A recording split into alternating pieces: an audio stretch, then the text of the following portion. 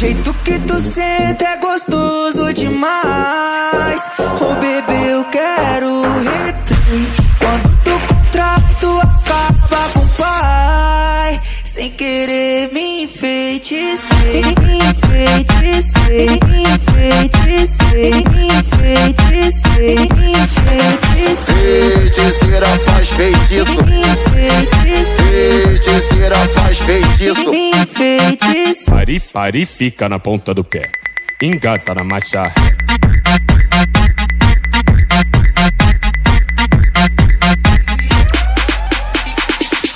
Então vai no chão, bandida, já que eu sou teu preferido. Me enfeitiça com essa bunda, que eu sei que cê gosta disso. Então vai no chão, bandida, já que eu sou teu preferido. Me enfeitiça com essa bunda, que eu sei que cê gosta disso. Nunca deixe pra amanhã que tu pode fazer hoje. E agora vai. Quem é o Pennywise e como funcionam os seus poderes, de onde ele veio, como derrotá-lo, por que Derry fica cada vez mais violenta com a sua presença e por que ele prefere crianças ao invés de adultos. Tudo isso e muito mais nesse vídeo explicando tudo sobre o palhaço mais famoso do terror, o Pennywise, o palhaço dançarino. Pois sabemos que ele não é apenas um monstro que se parece com um palhaço. Ele é algo muito maior além da capacidade humana de compreender. Por isso que eu separei esse vídeo onde vamos entender de onde ele veio, quem é a tal tartaruga que assusta o Pennywise e ajuda as crianças no seu primeiro confronto, por que o palhaço precisa se transformar no medo dessas crianças e como que o ritual de Shud ajudou os adultos a vencer finalmente essa coisa no final. Já que dia 26 agora estreia a nova série do It, A Coisa, Welcome to Derry, que se passa 27 anos antes dos acontecimentos do primeiro filme e dos livros. E é muito importante pra gente entender como é que essa entidade funciona, já que tudo isso vai ser muito importante para a série que vamos cobrir semanalmente falando de todos os episódios. Então fiquem ligados que dia 22 tem um vídeo muito especial falando sobre a série também, que vocês não vão querer perder, além de outros que ainda vão sair antes do lançamento da série. Então sem mais enrolação, vamos entender logo tudo sobre esse palhaço.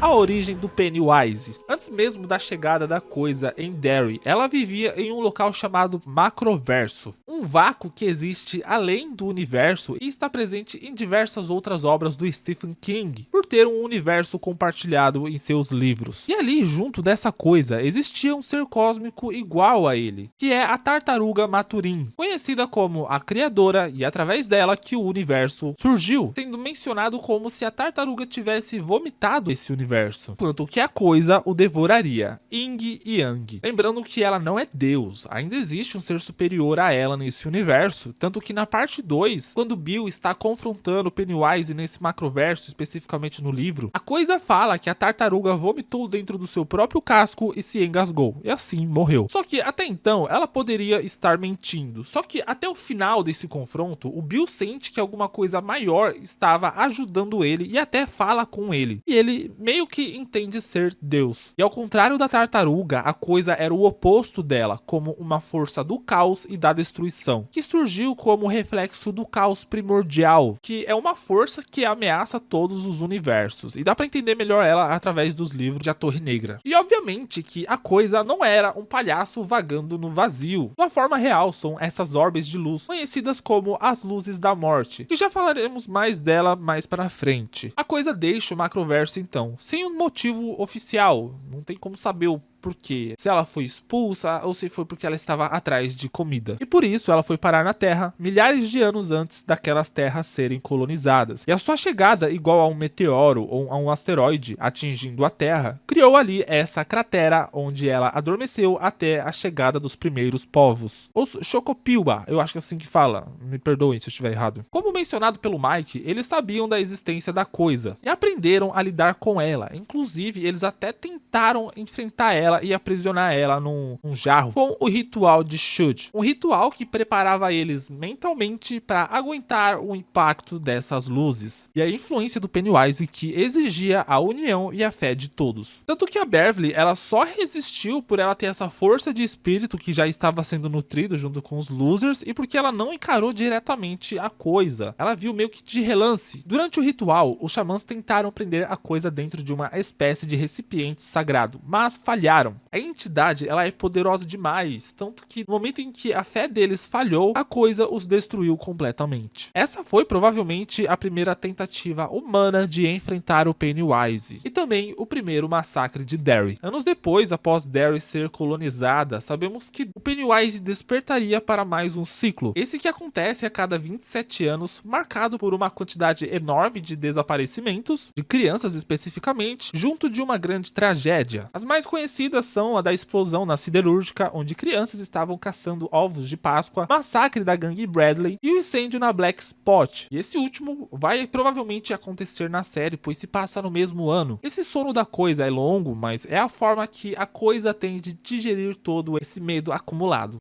Como que o Pennywise influenciava em Derry? Mesmo enquanto dormia, o Pennywise continuou muito influente em Derry. Ele, através dos anos, criou conexões através da cidade, seja manipulando as pessoas, influenciando nos eventos da cidade, pois sabemos que em cada uma dessas tragédias que eu mencionei, ele foi visto de alguma forma, seja flutuando com balões, atirando no meio do massacre da gangue, seja vestido de coelho, ou até mesmo aparecendo como um pássaro enorme no meio do incêndio. Pequenas aparições que a gente sabe que ele estava envolvido. Como é que ele está envolvido diretamente, a gente não sabe, mas pela maneira como a gente vê ele tratando a mente do Henry Barris durante os filmes e dos livros, provavelmente foi assim. Ele pega alguém ali e vai fritando a mente dessa pessoa e essa pessoa que vai dar início a alguns acontecimentos ali. Pois apesar de sabermos que ele prefere criança, não significa que ele não manipula os adultos também. E bom, além disso tudo, a gente sabe que a cidade ela foi construída em cima da onde que a coisa habita, né? Por isso que Derry pulsa a coisa, ela é influenciada pela coisa e quando ela está acordada é muito pior. E por isso que casos frequentes de violência sempre acontecem em Derry e na maioria das vezes os adultos são omissos, eles veem as coisas acontecendo, mas não fazem nada. No começo inclusive do livro tem uma diretora lá que ela percebe que um aluno tá sofrendo maus tratos em casa e ela questiona o diretor por que eles não fazem nada e pelo que ele dá a entender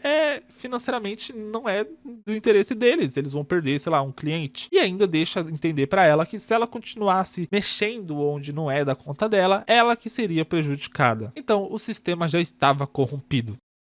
Os poderes e as fraquezas do Pennywise. Mas antes disso tudo, no começo de Derry, a coisa ela não tinha uma identidade ou uma aparência. Por ele ser uma criatura cósmica, ele era algo incompreensível e na sua primeira chegada ele tomou a forma de uma criatura animalesca, pois era a forma que ele via de tentar atacar esses povos que estavam ali em Derry antes da cidade surgir. Lembrando que o Welcome to Derry, a série, ela vai abordar com mais precisão essas questões. Eu só não posso entrar em muito detalhe, mas vocês vão ver conforme vocês vão assistir nos episódios. Mas agora com a população e as pessoas chegando em Derry, ele precisava entender como é que elas funcionavam. E foi assim que a coisa criou o seu alter ego, se manifestando entre as pessoas como um cidadão normal, e assim surgiu o Bob Gray. E através dele que ele criou o palhaço dançarino, o Pennywise. E até então ele só era mais uma pessoa ali em Derry, ele fazia apresentações e tudo mais, pois assim ele conhecia a sua nova presa e foi quando ele entendeu que sendo um palhaço ele atraía novos públicos, principalmente as crianças que eram alvos fáceis. Além de que o próprio King disse que ele escolheu o palhaço pois era, né, uma figura da época bem aterrorizante e que possui essa dualidade de alegria, felicidade e ao mesmo tempo essa coisa mórbida e estranha, essa sensação esquisita que muitas pessoas sentem quando vê um palhaço. Eu mesmo, tipo, não é que eu tenho medo de palhaço, mas sendo bem sincero, quando eu vejo um palhaço eu fico muito desconfortável. Com todo respeito se você for um palhaço aí, viu? Nada contra. A coisa entendeu duas coisas. Os adultos, eles são mais descrentes e mais fáceis de manipular, por isso que Derry era um lugar terrível durante o período em que a coisa estava acordada, por conta dessa influência que eu já mencionei. Já as crianças, elas tinham mais imaginação, imaginação, o que possibilitava elas a acreditar em coisas bestas, como a Fada do Dente, o Papai Noel, o Coelhinho da Páscoa e, claro, em monstros. No começo do livro, It a Coisa, quando a gente tá acompanhando o George no processo dele ir até o porão, pegar a cola, o Bill fazer o barquinho para ele ir para fora, o barquinho correr ali e tal, e até ele ter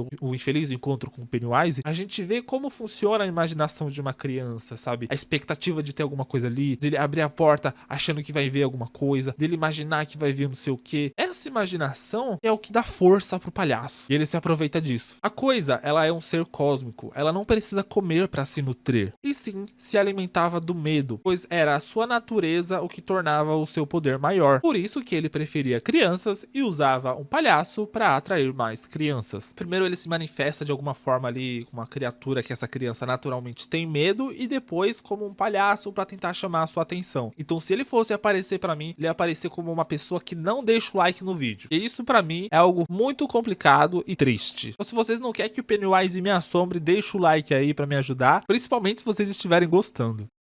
O seu poder era algo relacionado à metamorfose. Ele era capaz de manipular a realidade e principalmente se transformar em qualquer coisa. Por isso, ele assume a forma de diversas criaturas ao decorrer da história. Mas esse poder tinha que ser alimentado com medo. Então, quanto mais medo a criança tinha, mais forte a coisa ficava. E a manifestação do seu poder era palpável, tanto que os adultos não conseguiam ver o sangue toda vez que ele aparecia em cena por causa do palhaço. E apesar da gente ver o palhaço comendo crianças, ele não precisava comer crianças. Isso só acontece porque ele entendeu que no imaginário de uma criança, monstros comem criança. Não só criança, né? O adulto no geral também tem essa ideia. E o palhaço, ele precisa entrar na mente delas, ele corrompe a mente delas com ilusões, mentiras, explorando traumas, seja a puberdade chegando, seja um monstro de um filme de terror que a criança acabou de assistir, ou até mesmo no caso do Bill, né, a perda do irmãozinho que o aterrorizava. E é assim, com esses detalhes individualmente, que ele vai manipulando as pessoas em Derry. Os adultos para elas serem o que são, e as crianças para eventualmente se tornar o seu alimento, ou o medo se tornar o seu alimento. Inclusive toda essa influência em cima dos adultos, né, que faz eles serem omissos, é o que torna as crianças vulneráveis, e isso também afeta muito elas. E sobre essa questão de que ele não come suas vítimas, isso a gente vê, né, quando mostra aquele lugar onde ela habita, todas as suas vítimas flutuando. Todos flutuamos aqui.